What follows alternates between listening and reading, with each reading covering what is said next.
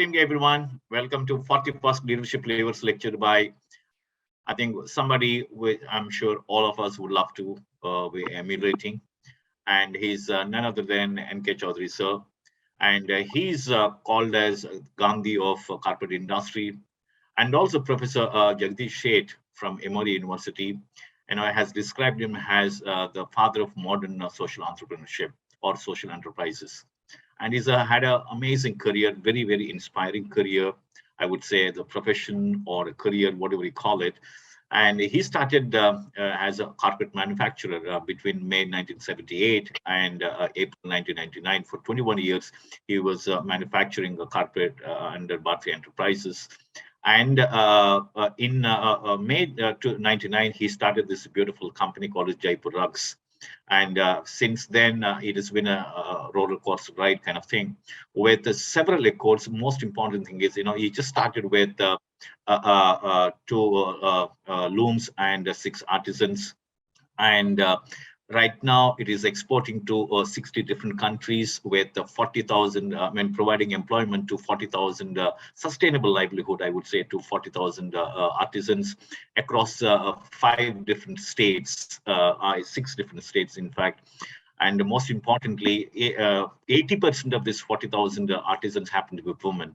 And imagine the kind of impact Sir and his entire team is doing it. And therefore, for the kind of work that he and his team have done, especially for the NK Chaudhary research work, he has received a lot of awards. The most important being Ernst Young's or ENY's entrepreneurship, the Social Entrepreneurship Award of the Year, as well as CNBC 18's Emerging India Award. And most importantly, he has been awarded by former President of India, Mr. Pranab Mukherjee, for impacting, or what we call as a social impact award. And of course, along with that, he has received a lot of awards. Most interestingly, this story is featured very prominently in the globally acclaimed book written by C.K. Prahlad, in the title called is the bottom of the pyramid, fortune at the bottom of the pyramid. This has become one of the most sought after case studies across the globe even today. And in fact, today morning he has published, and he has written in a LinkedIn for the fact that the same story is included in one of the globally renowned authors' book, as one of the 24 stories, making a global change. So we have NK Chaudhary sir, taking us through what is the art of building a social entrepreneurship, because this has got very, very different elements in terms of business model, scaling it up and then sustaining it for this many long years. And like I rightly said some time back, he's called as the father of modern social entrepreneurship, right, or social enterprises. So therefore, we have many things to learn in a short duration.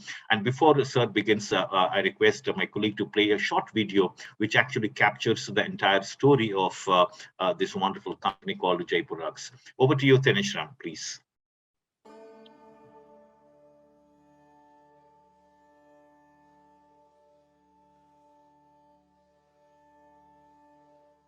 Jaipur Rugs is the story of an extraordinary founder who redefined the entire hand-woven carpet industry with a clear insurgent mission. It all starts with the weaver. Working from their own homes, the weaver creates beautiful carpets knot by knot, month by month. In the 1970s, the founder, NK Chaudhary, started selling hand-knotted carpets, setting up 2 looms in his own home. The founder focused ruthlessly on one critical capability: creating and serving a community of weavers. The first challenge is that all weavers were from the untouchable class.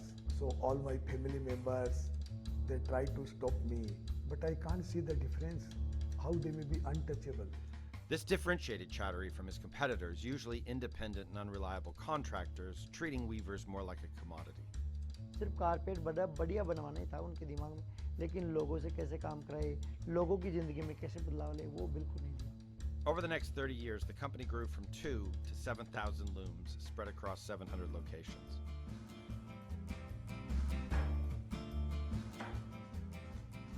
Business was growing like the wildfire, but something is wrong. I have very, very little time. to go to the villages as I was going before, because now I have to run a global business. Tinishram, can you This is a increase the pretty volume, classic dilemma please? for founders. Do I spend my time professionalizing, adding new capabilities, or do I double down on my original insurgent mission? Chaudhary knew he had to do both, but his focus was to get back to the front line, get back to listening to the weavers. So many solutions started coming from those frontline people. They are not only viewers, they have wonderful qualities within them. Some of them are wonderful mobilizers, quality controllers, teachers. So Chaudhary introduced a whole series of new initiatives to unlock the untapped potential of his weavers. पढ़ाई बिना जीवन अधूरा है। अब बोलते हैं कि अब इतना पढ़ ली बहुत है, लेकिन पढ़ाई की कभी पूरी नहीं होती है। ये मैं खूब जानती हूँ। मैं खुद अब मैं जानने लग गई। The renewed focus on weavers like Archana resulted in a huge number of new leaders emerging who could help Chaudhary with the insurgent mission. I mean, just listen to how excited Swati is about mentoring Archana. She had confidence that I can do anything in the world. It is a very inspirational statement for me and challenge for me that how can I make her, how can I help her to grow with the organization. And as Swati and other leaders began to listen to the weavers, they realized there were huge new growth opportunities for Jaipur Rugs. Some of them were creating carpet for 25 years, 30 years, but they never saw the final product. And from that, we initiated the Weavers Engagement Program. They bring all the weavers together and they talk to them about how their carpets connect with the consumer. And this gives the weavers a tremendous sense that they're part of something bigger than just the months they spend with a single carpet. तो हम देखे ना वहाँ पे मतलब आपको भाई साहब जी को भाभी जी को तो आके में बहुत खुशी हुई है हमें वहाँ पे जाके जयपुर हेड ऑफिस में। कंपनी को धंधो चलतो रहे और हमार गुजारो चलतो होतो रहे। So we really encourage them to see that we are part of a big family. And I found within a few months, people are more positive, more connected, and there was a big change. As Chaudhary began reading Bain's research and blogs on founder mentality, the one thing that became incredibly clear was that this recommitment to the insurgency could lead to the next wave of growth and innovation. When I started reading those blogs, it was like a magic. Great example of this type of innovation is that Jaipur Rugs is now having the weavers design many of their own carpets. नहीं idea तो कोई अपना दिमाग से ही idea घूम से अपना आप ही तो दिमाग अपना आप ही काम करते समय में घूम गया भाई ऐसे ही चला वो तो तिरछा होकर देखे तो ये घूमती है पत्ती दिखेंगी ऐसे ऐसे चलती The designs created reflect the weaver's surrounding. Through the rug, the customer has an insight into the weaver's life. This whole decision to have the weavers design their own carpets has resulted in major design awards.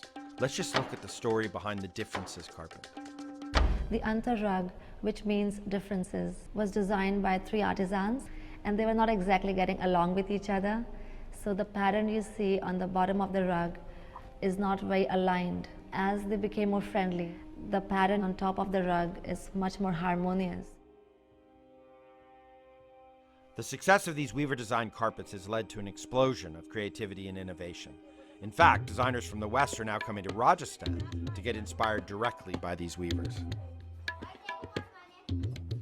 That was incredible to see the actual looms in place. Amazing, the sheer artistry and mastery of the craft.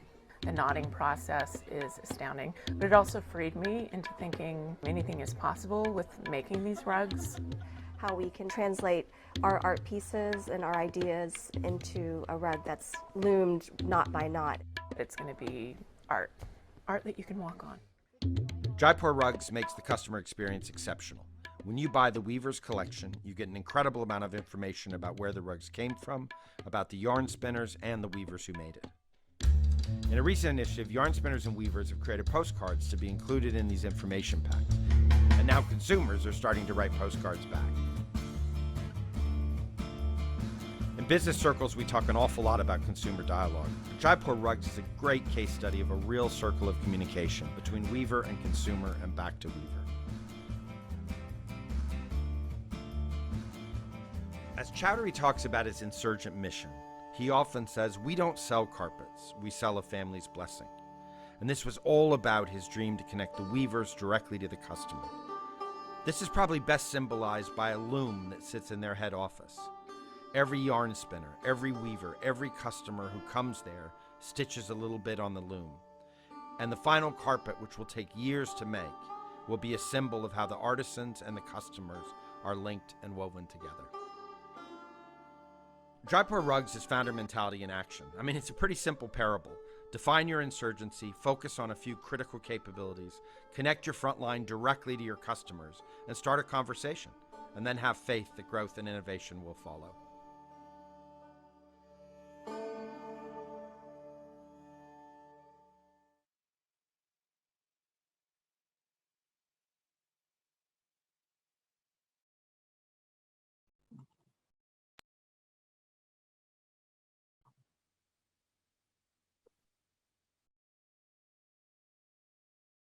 Wonderful, sir.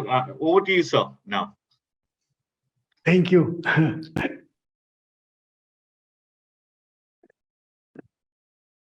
सर्वप्रथम मैं times pro को धन्यवाद देना चाहूंगा कि आप सभी लोगों से बातचीत करने का, मिलने का मौका मुझे प्रदान किया।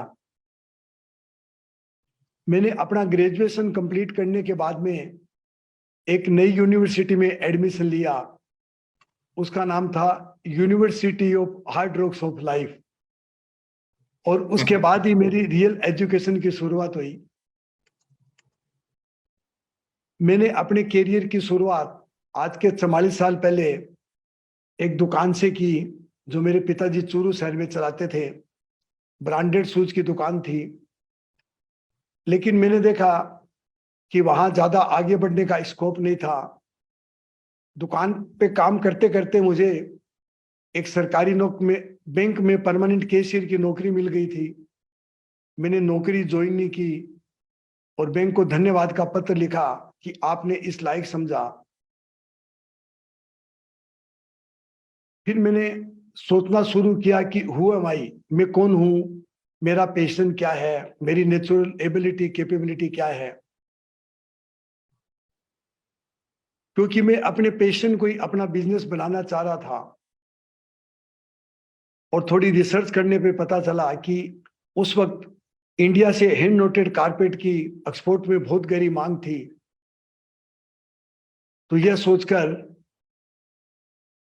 मैंने कारपेट बिजनेस शुरू करने की निर्णय किया, और अपने पिताजी से 5,000 रुपए का लोन लेकर 2 लूमें मैंने अपने घर पे लगाई और एक पुरानी साइकिल खरीदी।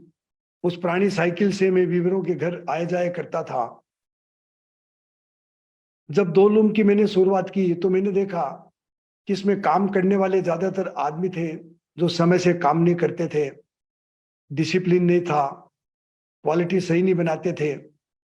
फिर धीरे धीरे कुछ वुमेन की शुरुआत हुई, तो मैंने देखा वुमेन बहुत सही क्वालिटी बनाती थी, समय से काम करती थी।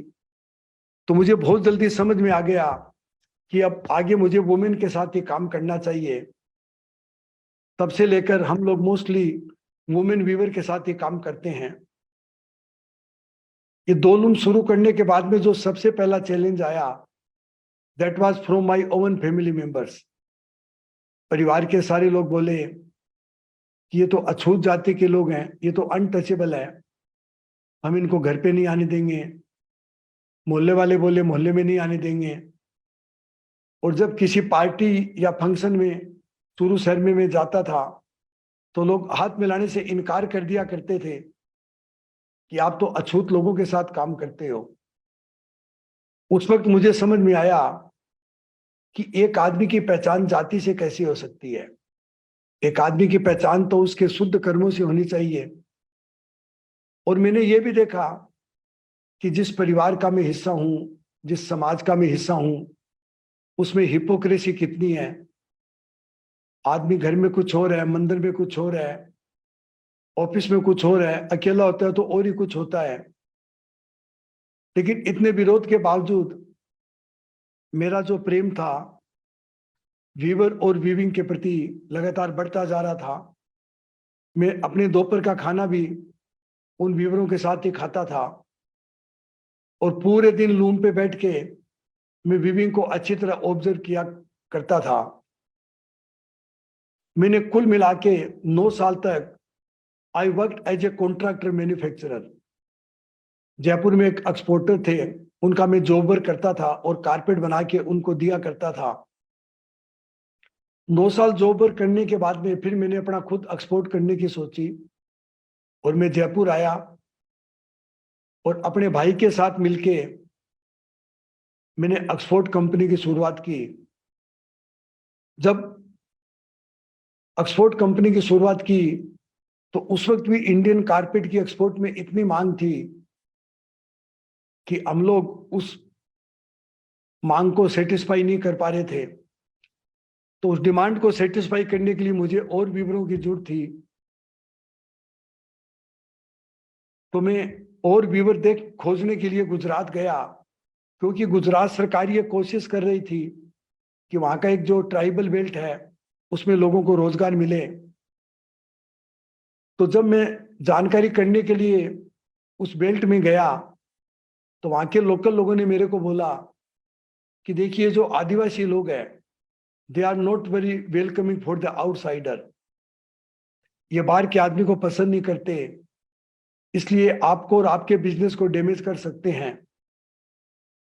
तो उस वक्त मेरा एक अंग्रेज दोस्त हुआ करता था, तो कोई भी समस्या आती तो हम उसे सलाह लिया करते थे। तो उस अंग्रेज दोस्त को पूछा कि आपके हिसाब से इस एरिया में मुझे काम करना चाहिए नहीं करना चाहिए। तो उन्होंने बोला कि ये जो आदिवासी लोग हैं they are the most innocent people in India, बाहर के लोगों ने आके इनका शोषण किया है, इसके लिए ये बाहर के आदमी को ज्यादा पसंद नहीं करते। तो तुम इसको लव, एम्पैथी और रेस्पेक्ट के साथ डील करोगे, that will your biggest loyal force. उसकी बात को मान के मैंने वहां पर कामकाज की शुरुआत की और 3 साल के अंदर उन लोगों ने मेरे को इतना ज्यादा पसंद किया कि जब मैं वीवर से मिलने के लिए गांव में जाता था तो उनके घर वाले बाहर खड़े होकर मेरा इंतजार किया करते थे। मैं कुल मिलाकर 8 साल उस ट्राइबल एरिया में रहा और करीब 15,000 ट्राइबल लोगों को इस कारपेट का काम सिखाया। उस वक्त मोबाइल फोन तो बहुत बड़ी बात थी, उस एरिया में तो लैंडलाइन भी नहीं होती थी क्योंकि पूरा पहाड़ी एरिया था। तो मैंने कम्युनिकेशन करने के लिए सरकार से स्पेशल परमिशन लेके मैं वॉकी टॉकी से बात करता था और एक ऊंची पहाड़ी पे मैंने रिपीटर लगाया। इस दौरान मेरे 3 बेटियां हुई। हमारे समाज में जब किसी वुमेन के पहले 3 बेटियां होती है तो उसको समाज में हीन नजरों से देखा जाता है। मुझे और वाइफ को समझ में नहीं आता था कि 3 बेटियां होने से क्या प्रॉब्लम है। तो उस अंग्रेज दोस्त को पूछा कि इस समस्या का समाधान क्या निकाले। तो उसने बोला कि तुम्हारे समाज में जो बेटे और बेटी में जो डिफरेंशिएशन करते हैं तो बेटे स्पॉइल्ड हो जाते हैं और बेटियां पीछे रह जाती हैं, और तुम बड़े लकी हो कि तुम्हारे पहले 3 बेटियां हैं, क्योंकि women are more efficient and more receptive. उसकी बात को मान के मैंने वाइफ ने बेटियों को अच्छी तरह पाला पोसा और उनको सभी को पढ़ने के लिए अमेरिका भेजा। जब मेरी पहली बेटी अमेरिका पढ़ने के लिए जा रही थी तो उसने पूछा, पापा आपकी मेरे से क्या एक्सपेक्टेशन है। मैंने उसको बताया कि देखिए मुझे वीवर के साथ और वीविंग में बहुत मजा आता है, तो तुम अमेरिका जाओ तो एज ए वीवर की डॉटर जाना, क्योंकि मेरा जो एंड कंज्यूमर है वो अमेरिका में रहता है, वहां की जो वुमेन है वो मेरे बने हुए कारपेट खरीदती है। तो पढ़ाई के साथ साथ तुम ये देखना कि उनके सोच में क्या फर्क आ रहा है, वो किस तरह के कपड़े पहनती है, किस तरह से अपने घर को डेकोरेट करती है। So when you come back, you have a better understanding of the customer needs बेटियों ने इस बात का ध्यान रखा, जिसकी वजह से आके उन्होंने बड़े अच्छे प्रोडक्ट डेवलप किए। इस दौरान जब मैं गांव में जाता था तो मैं देखता था कि एक महिला जिसके परिवार में 8 से 12 लोग होते हैं और उस परिवार की इतनी सीमित इनकम होती है, फिर भी वो घर के बजट को चलाती है, सबकी हेल्थ का ध्यान रखती है, सबकी पढ़ाई का ध्यान रखती है, सबकी मैरिज को मैनेज करती है, and still take time to weave the carpet. Probably they are the best managers in the world. They are the wisest person in the world. 99 में मैंने अपने भाई से अलग होकर जयपुर कंपनी की बिल्कुल जीरो से शुरुआत की। जयपुर कंपनी शुरू करने के बाद में पहले 3 साल में मुझे बहुत समस्याओं का सामना करना पड़ा और मुझे ऐसा लगा कि अब शायद इस बिजनेस में मैं कंटिन्यू नहीं कर पाऊंगा। फिर मैंने डीप इंट्रोस्पेक्शन की शुरुआत की कि व्हाट वेंट रॉन्ग, और मुझे समझ में आया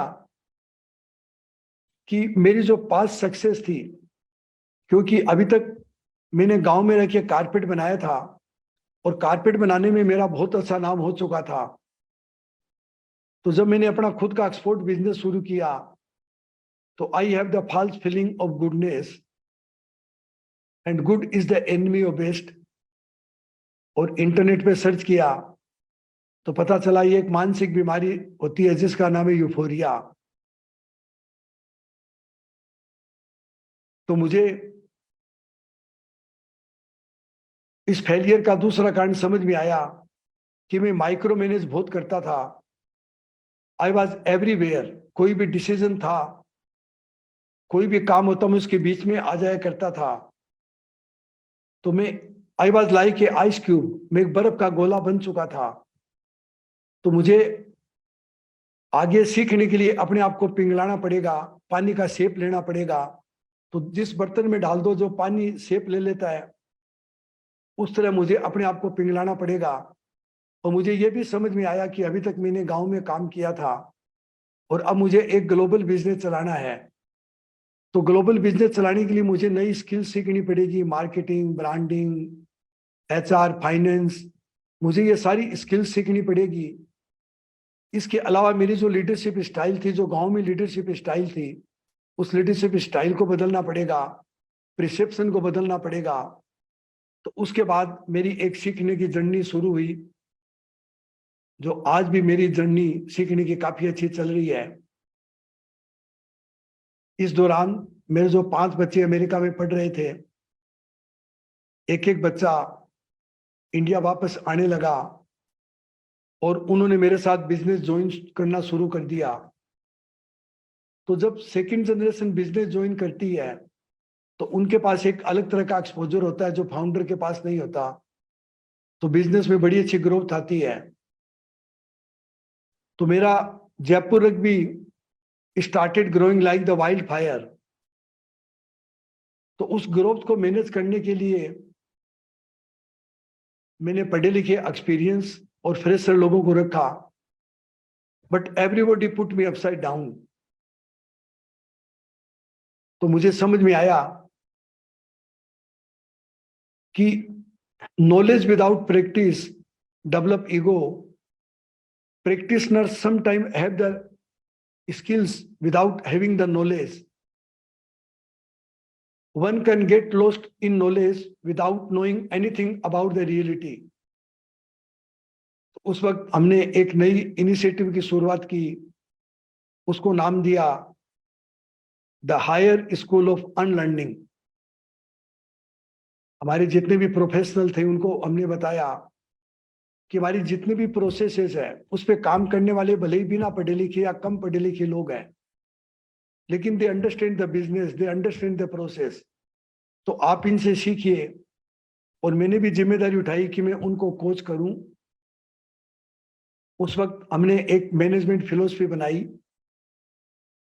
finding yourself through losing yourself, finding yourself through losing yourself the more I lose my self, the more I find my self. क्योंकि मुझे ये समझ में आ चुका था कि ये जो जानने का जो अहंकार है, यही सारी बुराइयों की जड़ है।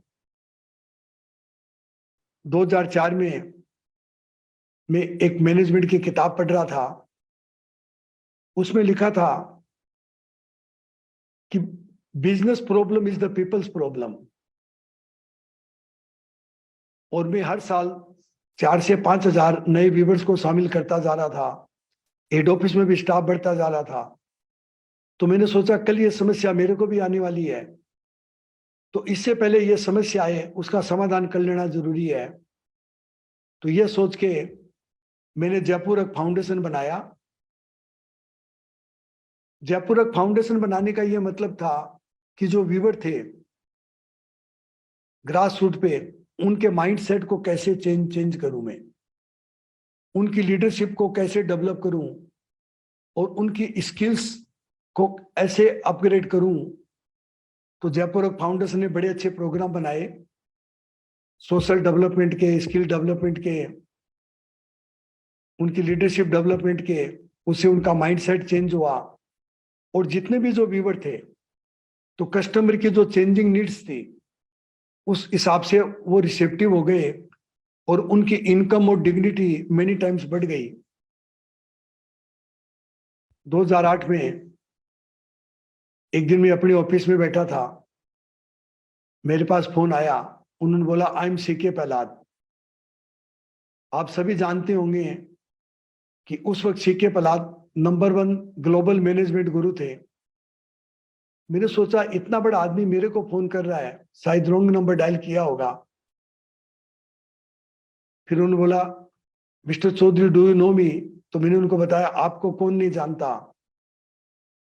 फिर उन्होंने बताया कि I wanted to case study on your business model. तो मैंने बोला C K we are very simple people and whatever we do is very simple. शायद मेरा पड़ोसी भी मुझे नहीं जानता, तो केस स्टडी पढ़ेगा कौन? फिर उन्होंने बोला your global supply chain is very unique by connecting the poorest of the poorest with the richest of the richest by enhancing capability at the grassroots। फिर उन्होंने जयपुर रग की केस स्टडी की, जो उनकी किताब Fortune at the bottom of the pyramid है, उसकी पहली केस स्टडी जयपुर रग की है, और जो आज दुनिया के सारे अच्छे कॉलेजेस में पढ़ाई जाती है। प्रोफेसर सीके प्रहलाद से बात करने के बाद में मुझे समझ में आया कि we have done something right. सबसे पहला है वर्टिकल इंटीग्रेशन। कारपेट इंडस्ट्री में करीब 60 प्रोसेसेस होते हैं, तो ज्यादातर प्रोसेसेस ओवन्ड बाय अस और either highly influenced by us, जिससे हम हर प्रोसेस में क्वालिटी कंट्रोल कर पाते हैं। दूसरा direct connection with the viewers. जब से मैंने इस काम को शुरू किया था, हम लोग डायरेक्ट व्यूअर के साथ ही काम करते हैं, जबकि जो पूरी कारपेट इंडस्ट्री है, ये सारी इंडस्ट्री कॉन्ट्रैक्टर मिडलमैन के थ्रू चलती है। एक बड़ा कॉन्ट्रैक्टर होता है, फिर छोटा कॉन्ट्रैक्टर होता है, गांव में फिर छोटे छोटे कॉन्ट्रैक्टर होते हैं। लेकिन हमने कभी भी कॉन्ट्रैक्टर के साथ काम नहीं किया। और कॉन्ट्रैक्टर से काम नहीं करना कितना महंगा पड़ सकता है, उसकी एक कहानी में आपको बताना चाहूंगा कि एक बार मैं अपने गुजरात ऑफिस में बैठा था, तो एक बार बहुत ही पॉलिटिकली पावरफुल कॉन्ट्रैक्टर मेरे कमरे में आए और मेरे सामने छोटी सी गन रख दी कि मिस्टर चौधरी आप तो गुजरात छोड़ के चले जाओ, नहीं देखिए आपका क्या हाल होगा। मुझे समझ में आया कि it is the frustration of his failure. तीसरा जो कारण है, everything at the door step of the viewers. हम लूम भी हमारे जो महिला व्यूअर है उनके घर पे होती है, रॉ मटेरियल भी उनके घर पे देते हैं, सारा पेमेंट भी उनके घर पे होता है। तो एक महिला को कमाने के लिए अपने घर के बाहर आने की जरूरत नहीं होती, वो अपने घर का भी कामकाज कर लेती है, बच्चों का लालन पालन भी करती है। इसके साथ साथ वो अपने घर पे बैठ के कारपेट बनाती है। 2014 में हमने एक नए प्रोजेक्ट की शुरुआत की, उसको नाम दिया मन चाहा प्रोजेक्ट। मन चाहा प्रोजेक्ट का मतलब है कि हमने हमारे व्यूवर्स को ये फ्रीडम दी कि आप अपनी, आपके दिल में जो डिजाइन चलती है उस डिजाइन की आप कारपेट बनाइए, क्योंकि हर व्यूवर को एक्सपोर्टर एक नक्शा देता है, वो नक्शे के हिसाब से उसको कॉपी करते हैं उस डिजाइन की। बल्कि हमने व्यूवर को फ्रीडम दी कि आप अपने, आपके हार्ट एंड सोल में जो डिजाइन चलता है उसको बनाइए। इस प्रोजेक्ट की कैसे शुरुआत हुई मैं आपको बताना चाहूंगा कि मेरी बेटी कविता जब गांव में मेरे साथ जाती थी तो बताती थी कि पापा इसमें से तो कुछ महिलाएं मेरे से भी ज्यादा क्रिएटिव है। मैं उसको बोलता था मैंने तुम्हें अमेरिका पढ़ाया है, ये महिलाएं तुम्हारे से क्रिएटिव कैसे हो सकती है? ये तो प्राइमरी स्कूल भी पढ़ने के लिए नहीं गई, लेकिन फिर भी उसने हिम्मत करके कुछ महिलाओं को चुना और उनको फ्रीडम दी कि आप अपने मन पसंद के डिजाइन के कारपेट बनाइए। और आज मुझे बताते हुए खुशी है कि उन महिलाओं के बने हुए डिजाइन के कारपेट को अभी तक 9 ग्लोबल अवार्ड मिल चुके हैं। 2017 में बिमला देवी, जो कभी अपने घर के बाहर नहीं निकली, अपने गांव के बाहर भी नहीं निकली, स्कूल भी पढ़ने नहीं गई, उसने German design award gold category में जीता और वो अवार्ड लेने के लिए बेटी के साथ जर्मनी गई। मैंने ये जो महिलाएं थी उनके अंदर एक इंसान देखा, उनके अंदर क्रिएटिव कैपेबिलिटी देखी। और जो बेटी कविता थी, उन्होंने एक, इन महिलाओं में आर्टिजन के बजाय एक आर्टिस्ट देखा और इन सारी महिलाओं ने अपनी कैपेबिलिटी को पूरे दुनिया के सामने प्रूव करके बताया। 2019 में हमने एक नए प्रोजेक्ट की शुरुआत की, उसको नाम दिया हमने फ्रीडम मन चाहा प्रोजेक्ट। हमने राजस्थान की कुछ जेलों में कारपेट वीविंग का काम शुरू किया और सारे कैदियों को, सारे इनमेट्स को हमने फ्रीडम दी कि आप अपने खुद के डिजाइन के कारपेट बनाइए। आज वो प्रोजेक्ट इतना सक्सेस हुआ है कि जेल के अंदर जो कैदी जो कारपेट बनाते हैं उनका माइंडसेट चेंज हुआ, उन वो इतनी खुशियां हैं, पूरे जेल का कल्चर उन कैदियों की वजह से बदल गया और उनके डिजाइन इतने फेमस है कि दुनिया के टॉप डिजाइनर्स, आर्किटेक्ट, फेमस लोग उनके कारपेट खरीद रहे हैं। 2016 में एक बेनेंट कंपनी का एक ग्रुप जयपुर आया था, तो उन्होंने हमारी कोर को डिफाइन किया, हु वी आर, उसको डिफाइन किया। उन्होंने हमें बताया कि out of 1 million founder driven company, only 2 company crosses 100 million revenues. इसका कारण ये होता है कि जो फाउंडर होते हैं वो अपने विजन, मिशन, पर्पस और इस बिजनेस को क्यों शुरू किया था उसको पेपर पे नहीं लाते, जिससे वो नेक्स्ट जनरेशन को नहीं बता पाते कि मैंने इस बिजनेस को क्यों शुरू किया था, इस बिजनेस की कोर क्या है। तो फिर जो नेक्स्ट जनरेशन है, प्रोफेशनल है, उनको जब ये नहीं मालूम होता कि हु वी आर, तो वो फोकस खो देते हैं और सिंप्लिसिटी खो देते हैं, जिससे उनका बिजनेस अनसस्टेनेबल हो जाता है। तो बेन एंड कंपनी के काफी अच्छे कंसल्ट जो पार्टनर थे, उन्होंने हमें इस चीज की कोचिंग शुरू की और उन्होंने बताया कि front line is the king of the business, front line is the heroes of the business and front line pay the salary to the professionals. अगर आपके बोर्ड रूम में फ्रंट लाइन का रिप्रेजेंटेशन नहीं है तो you are creating the dead weight for the your company. तो उनकी coaching से हमने हमारी कोर पे काम करना शुरू किया। तो कोई भी कंपनी जब अपनी कोर पे काम करती है तो the deeper you go into your core, you are making harder and harder for your global competitors to copy you. जो फ्यूचर विजन जो जयपुर का है, जो जयपुर की कोर है, उस पे हम लोग we are going to create the best artisan proposition. Best artisan proposition का मतलब है कि each and every artisan will become the artist and each artist will be connect with the world of design. इससे उनकी dignity many times बढ़ जाएगी और उनकी इनकम भी काफी अच्छी हो जाएगी. 2019 में एक किताब आई जो राज सिसोदिया ने लिखी थी.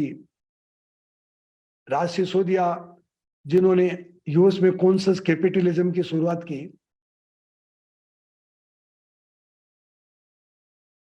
वो जो हीलिंग ऑर्गेनाइजेशन किताब थी उसका पर्पस था कि how a business can heal the society and heal the customer. उन्होंने पूरे दुनिया से 25 केस स्टडी ली और उनकी पहली केस स्टडी जयपुर की है कि how Jaipur is transforming the society at the grass root. जब हमारा कस्टमर कोई भी कारपेट खरीदता है तो जो वीवर की जो ब्लेसिंग्स होती है वो ब्लेसिंग उस कस्टमर को मिलती है और कस्टमर के घर में जो हैप्पीनेस आती है वो कार्ड के थ्रू या और दूसरे साधन से वो हम लोग वीवर को वापस भेजते हैं. तो इट कंप्लीट द सर्किल, जिसको हम टोटलिटी बोलते हैं. अंत में अपनी बात को बंद करने से पहले मैं एक छोटी सी कहानी बताना चाहूंगा कि जब मैं कॉलेज के लास्ट ईयर में पढ़ता था तो एक दिन बिजनेस एडमिनिस्ट्रेशन के प्रोफेसर आए और बोले ये रोल नंबर किसका है, खड़े हो. तो रोल नंबर मेरा था. मैंने सोचा आज मेरे को क्या पनिशमेंट देंगे, क्योंकि मैं तो बड़ा डिसिप्लिन स्टूडेंट हूं और मैं तो सारा होमवर्क भी टाइम से करता हूं. तो फिर उन्होंने अपने हाथ में एक टेस्ट कॉपी ली और पूरी क्लास को दिखाया कि देखिए इस लड़की ने क्या लिखा है. सवाल था what is the definition of business, और मैंने जो जवाब दिया वो था business is next to love,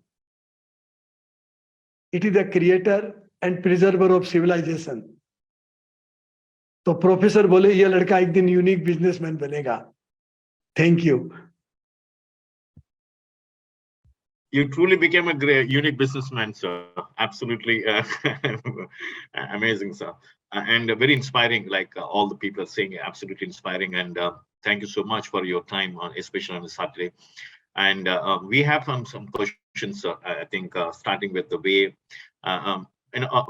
What is actually? And we have wonderful questions. And before that, let me ask you.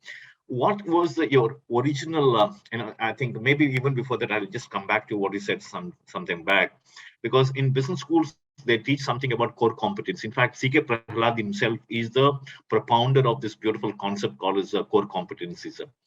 And like you rightly defined, and you have given a new definition called as the more deeper and deeper you focus on the core, it becomes that much more difficult for competitors to copy. I mean, that's what right now. From that point of view, sir, how do you define what is the core of Jaipur Rugs? हाँ जी, बहुत अच्छा सवाल पूछा चौधरी साहब आपने.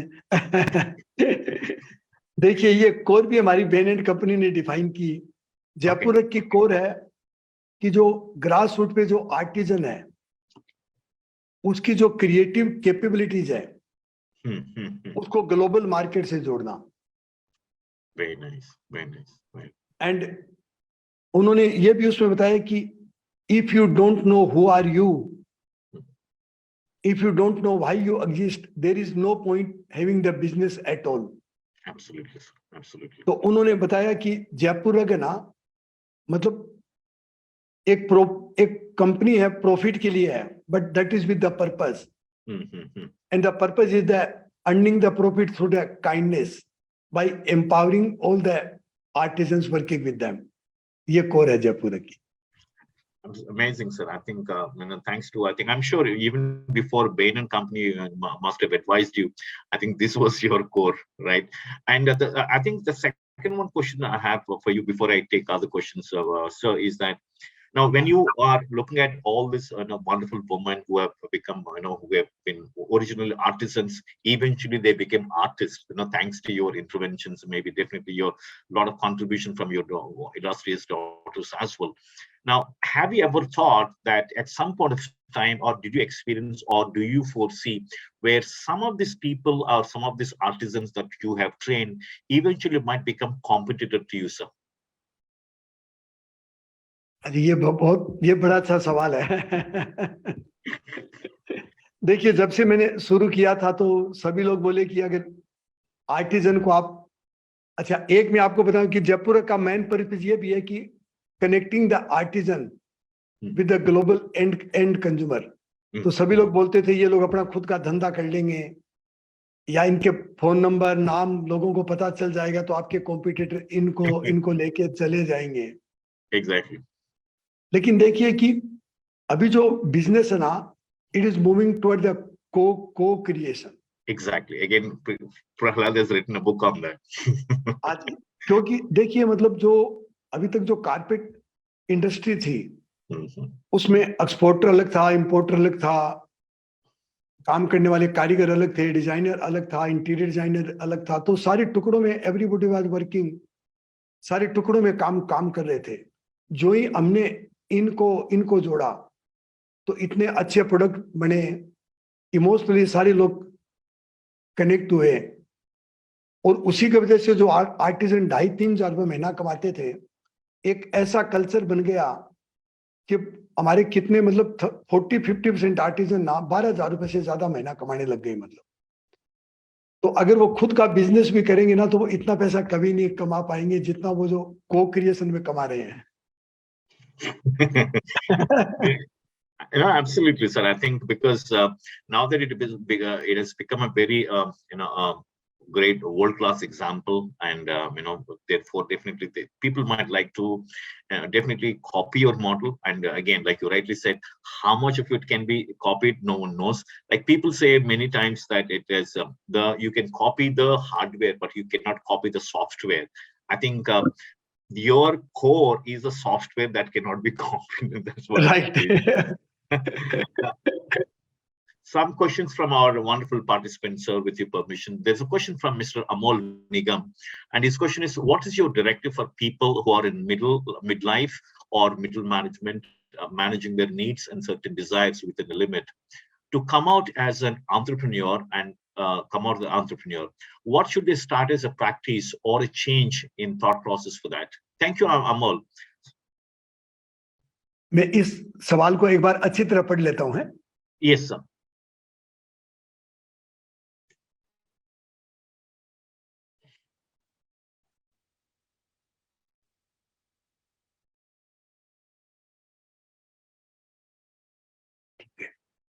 हाँ जी, देखिए अमोल, आपका जो सवाल है कि सबसे पहले एक आदमी अपने आप को जाने कि मेरा पेशन क्या है। उससे फर्क नहीं पड़ता है कि वो मिड लाइफ में है या कौन सी एज में है, या वो क्या क्या काम करता है, कैसा फैमिली बैकग्राउंड है। कि सबसे पहले ना वो अपने आप को जाने कि मेरा पेशन क्या है, और अपने पेशन को वो अपना काम बनाए। क्योंकि मैं जो मान के चलता हूं कि जो सक्सेस का सबसे बड़ा क्राइटेरिया है कि मैं जो काम करता हूं उसमें मुझे कितना मजा आता है। When I work, I forget myself. Absolutely. काम के प्रति मेरा इतना प्रेम हो, और फिर उसमें आप भले ही ये नहीं कि आप कोई बहुत बड़े बिजनेस बने या छोटे बने, आप कुछ भी बने, लेकिन your work will be definitely unique globally. Absolutely, sir. Absolutely. Sir, other thing is that I think one of the things that you have started is, truth initiatives, but I just want to pick your brains on that a little more deeply. One is that you have said you have started something called as a higher school of unlearning. That's one. And the second one is finding yourself by, through losing yourself. I mean, I mean, of course, the second one, I think you just now said it. The moment you start working, you'll forget yourself, and that's what he said. But nevertheless, what is this higher school of unlearning, and how does it happen? So that's one. The second one is little more details on maybe your philosophy or advocacy issue in terms of finding yourself through losing yourself. It's a phenomenal thing. देखिए, ये अभी भी आज मेरे को 44 साल हो गए इस धंधे में, और मेरी एज भी करीब 69 के आसपास है, लेकिन आज भी मैं अपने आप पे काम कर रहा हूँ। पिछले 4-5 साल से मैंने कोचिंग लेना शुरुआत की। फिर धीरे धीरे मुझे पता चला कि मुझे ऐसी बहुत सारी चीजें जो मैं अपने बारे में नहीं जानता हूँ। अब मुझे ये भी नहीं मालूम है कि मैं अपने बारे में नहीं जानता हूँ। तो आज भी मैं इस तरह की कोचिंग ले रहा हूँ, हीलिंग वगैरह की। मेरे जो सप्रेस्ड इमोशंस हैं या मेरे जो बिलीफ सिस्टम है, मेरी जो लिमिट है वो मेरा बिलीफ सिस्टम है। मेरे जो सप्रेस्ड इमोशंस हैं वो बिलीफ सिस्टम की वजह से हुए। तो मेरा ये मानना है कि एक आदमी को जितना ये जानने का बोध है कि मैं ये जानता हूं और मैं ये हूं, उतना ही वो नए रास्ते आगे सीखने का ना सारे गेट बंद कर लेता है। एक आदमी को we should be like a child, जिसमें इनोसेंसी हो, स्पॉन्टेनिटी हो, क्यूरियोसिटी हो। I think there's always, like many people say, there's always a child in everyone, and as we grow or as we age, I think somehow that gets subdued. But like you rightly said, the more we preserve that child in us, each one of us, I think that's going to take us through what you said. And getting coached at this age, sir, it's absolutely inspirational, because as we age, normally we do not allow someone to teach us, right? But in your case, it's exactly opposite, so much so that you are willing to be taught, you are willing to change your opinions, you are willing to change your business practices, maybe thanks to your wonderful daughters and all the people that you work with. And there's a question from one gentleman here, sir, and the question is from Mr. Balraj Jagdish, and his question is, sir, what is the mission and vision statements of Jaipur Rugs? Thank you, Mr. Jagdish. देखिए, जो ये vision और mission statement है ना, हमारा एक ही statement है, who we are, और उसी स्टेटमेंट में ना ये विजन मिशन सब आ जाता है। तो मैं अभी उसको उस पे चैटिंग पे डाल दूंगी ना। मैं अभी अपना जो हु वी आर स्टेटमेंट है इस पे मैं डाल रहा हूं, जो बेन एंड कंपनी ने बनाया था। और वो है कि जैसे मैंने बताया ना कि जो आर्टिजन की क्रिएटिव कैपेबिलिटीज है उसको ग्लोबल मार्केट से जोड़ना, और जो प्रॉफिट कमाने का रास्ता है वो काइंडनेस का रास्ता है, इंसानियत का रास्ता है, कि सभी को आप अपने जैसे इंसान समझते हुए और आपकी जो वैल्यूज हैं वो नॉन निगोशिएबल करते हुए आप उस पे चलिए। Wonderful, sir. And this is a question from Mr. Anand Jaiswal, and his question is, how can we keep our focus on, again, the vision, sir? How can we keep our focus on vision? Mainly in initial stage, we face a lot of challenges in starting up from the society, from competition or competitors, even from near on the dear ones also. How could we keep things balanced? Thank you, Jaiswal. देखिए, सबसे पहले क्या, अपने आप को सुनना बहुत जरूरी है। We must love ourselves, we must listen ourselves, क्योंकि अपनी इंट्यूशन ये बताती रहती है कि मैं सही रास्ते चल रहा हूं या गलत रास्ते चल रहा हूं।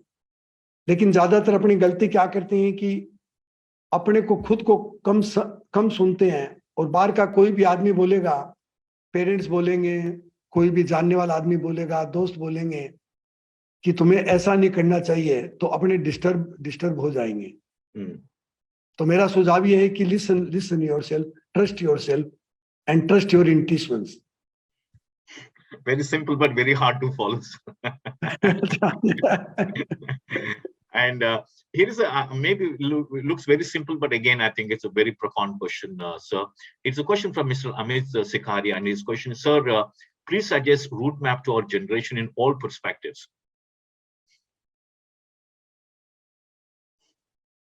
इसको थोड़ा समझाइए, इसका क्या मतलब है?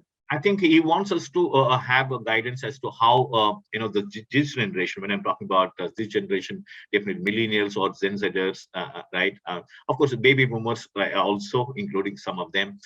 How should this generation can map, their life so that they become good citizens or good successful people? हाँ जी, हाँ जी, हाँ जी. देखिए, आज की जो जनरेशन है और वो क्या है कि जब कोई भी बिजनेस की शुरुआत करते हैं, कोई भी काम की शुरुआत करते हैं, तो जैसे मैंने पहले बताया था कि रियलिटी से बहुत ज्यादा दूर है. जब मैंने 44 साल पहले काम किया था, सारा काम अपने हाथों से किया था. मैं खुद अपने हाथ गंदे करता था, मेरे साथ काम करने वाले सारे लोग अपने हाथ गंदे करते थे. तो आज की जनरेशन एक तो रियलिटी से बहुत दूर है, और आज टेक्नोलॉजी की वजह से हर आदमी चाहता है कि इतना एम्बिशियस हो गया है कि मैं जल्दी से जल्दी सक्सेस हूं. I think it's largely about the lifestyle than the creating lives. तो अगर आपके पास अंडरस्टैंडिंग नहीं है और बिना अंडरस्टैंडिंग के आप कोई भी काम करेंगे, तो that is the sure formula for the failure. और अंडरस्टैंडिंग लाने के लिए पहले उस काम से गुजरना बहुत जरूरी है. Wonderful, sir. And this is a question from Mr. Chandan Jha, and his question is, what is a major motivation to become a social entrepreneur? Thank you, Chandan. हाँ जी, देखिए, सोशल एंटरप्रेन्योर बनने के लिए ना अलग से कोई स्किल्स की या क्वालिटी की जरूरत नहीं होती है. उसके अंदर जो सबसे बड़ा चाहिए कि you should be driven by the compassion, you should be driven by the empathy. और आप जो दूसरे लोगों से जिस तरह का व्यवहार चाहते हैं खुद के लिए, वैसा व्यवहार आप दूसरे लोगों के साथ करें. तो आप एक अच्छे इंसान हो और आप एम्पैथी और कंपैशन के साथ कुछ भी काम करें, तो फिर आप सब लोगों को एक साथ लेके चलेंगे. और शायद मैं तो सोचता हूं कि ये सोशल एंटरप्रेन्योरशिप बड़ी जो एंटरप्रेन्योरशिप है वो यही होती है. Absolutely, sir. And I think you have proven time and again for so many decades, the power of social entrepreneurship, for sure. I think there are a lot of lessons learned, and of course, very tough lessons. By the way, not that everybody can do it, but because I'm sure everybody would know the model, but it's not so easy to replicate it for sure. And here is a question from Mr. Bhavananda Thakur, and his question is: have you thought of diversification? And if not, why not, kind of thing there. So thank you, Bhavanand. अच्छा जी, अच्छा, diversification. Yes, sir. देखिए, जैसे मैंने आपको बताया ना कि हमारी जो कोर है, वो कोर है मतलब जो हाथ से जो भी काम होता है उस क्रिएटिविटी को ग्लोबल मार्केट से जोड़ना. तो हम ऐसा कोई भी काम नहीं करेंगे, बिजनेस नहीं करेंगे जिसमें मशीन की जरूरत पड़ेगी. हम डाइवर्सिफाई भी करेंगे तो वही प्रोडक्ट डाइवर्सिफाई करेंगे जो हाथ से बनता है, जहां हम हाथ से काम करने वाले आदमी की इनकम बढ़ा सके, डिग्निटी बढ़ा सके. Absolutely. और उसके अलावा और किसी बिजनेस में हम लोग नहीं जाएंगे. I think that is staying very true to the core that you said sometime back, sir. Right? And you will stay to the core, true to the core, and then you build only something around that, but not staying away from the core. Wonderful, sir. And this is the question from Mr. Tanumay Karmakar, and this question is, sir, in continuation of your comment, love your work so that you forget yourself. Kindly enlighten us. How did you manage your social and personal life? How did you make people believe in your vision? Wonderful question, Tanumay. बहुत अच्छा, बहुत बढ़िया सवाल है. देखिए, इसके लिए मेरा आंसर यही होगा कि first love yourself, love whatever we do, and love to the people. इसका मतलब ये है कि जब मैं अपने आप को प्रेम करूंगा तो मुझे अपनी सेल्फ वर्थ का पता चलेगा। सेल्फ वर्थ का पता चलेगा, इट मीन्स मेरा जो विजन है, मेरा जो मिशन है, उसमें मैं खुद बिलीव करता हूं। और जब आप खुद उसमें बिलीव करते हैं तो पूरी दुनिया धीरे धीरे उसमें बिलीव करना शुरू कर देगी। Absolutely, absolutely, sir. And other question related to you, I think now that you have the second generation entrepreneurs taking over from you, sir. And the good thing is that I'm sure, as you rightly said sometime back, they're all bringing professionalism into. Not that it was not there, but I think it was at a different scale. But I think now that you are having global aspirations, right? And the best thing, and it's unbelievable that an artisan from one of the remote villages of one of the states has been recognized for her design skills, and she traveling all the way to Germany along with your wonderful daughter to receive the award. I think that's an epitome of the kind of trust that you had in them and the kind of trust that you invest. I think the best thing that has happened is the way you invested in their future, or you have secured their future, and then that's what it is. But the bigger question, sir, is that when it comes to all your daughters, I mean, what kind of what do you say? What kind of indoctrination or what kind of advice did you give them, or is it that they have their own thoughts and they want to take this business in their own way, or is it that, or was there any conflicts between you and your daughters as in terms of shaping the business for the future?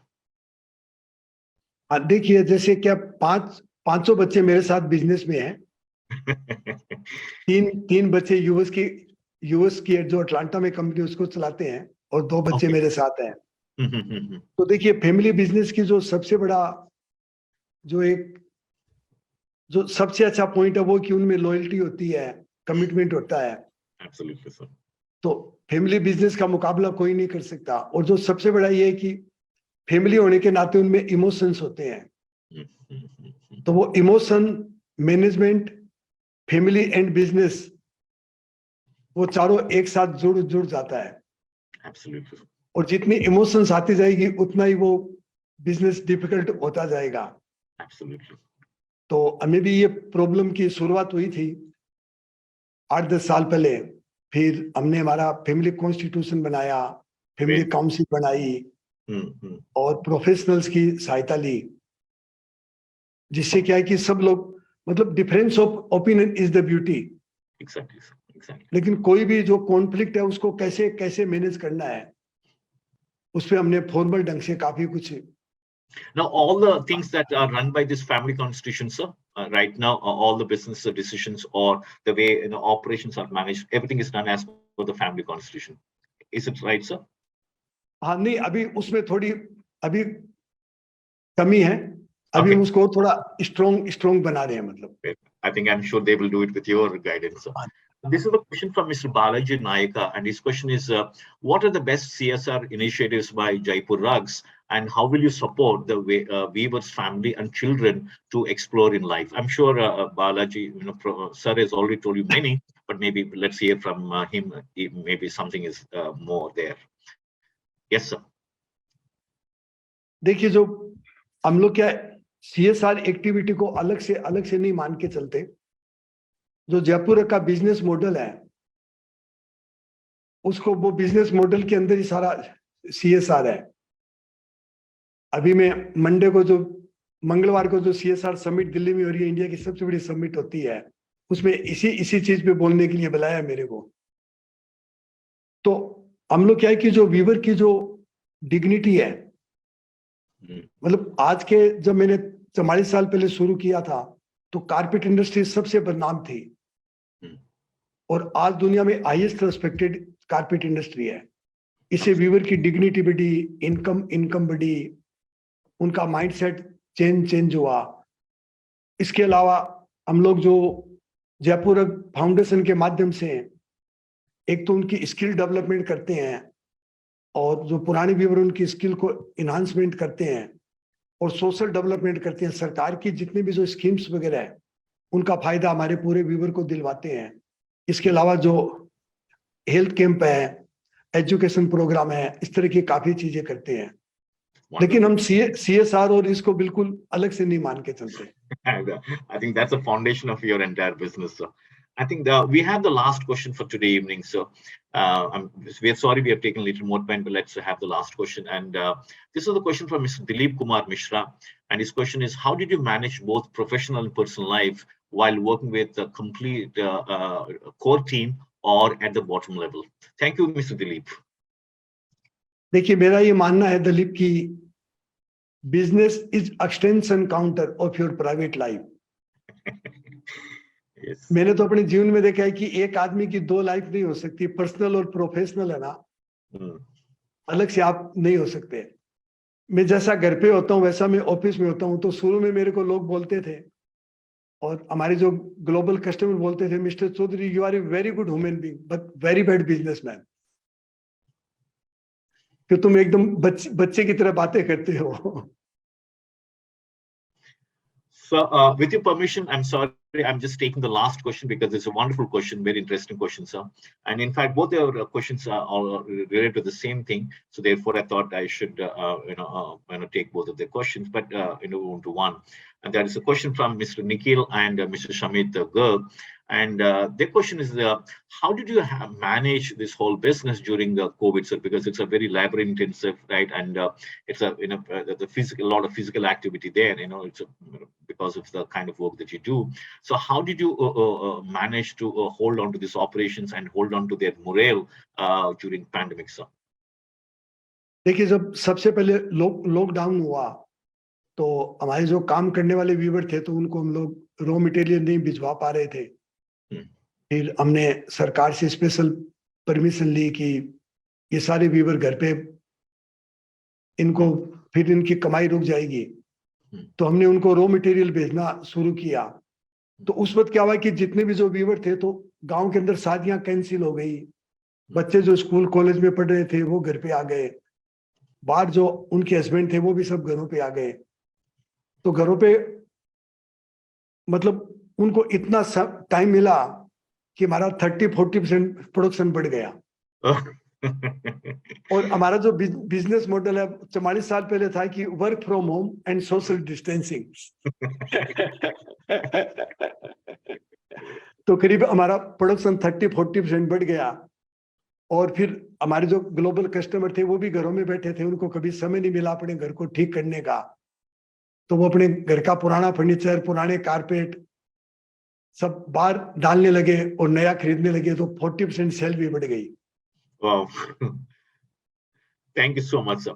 And I know with that we'll try to wrap it up. So thank you so much for your time, and absolutely pleasure and honor, and absolutely inspiring, sir. I think we only get to hear from the stories from the published case studies or some news articles or maybe some videos or some news stories in the television channels, but having in person, talking to all of us, your beautiful stories were absolutely inspiring. And especially most of the times people think that the principles that hold the social entrepreneurship together cannot be applied in a typical business enterprise. But I think what you've done is that can also be deployed in the pure commercial organization.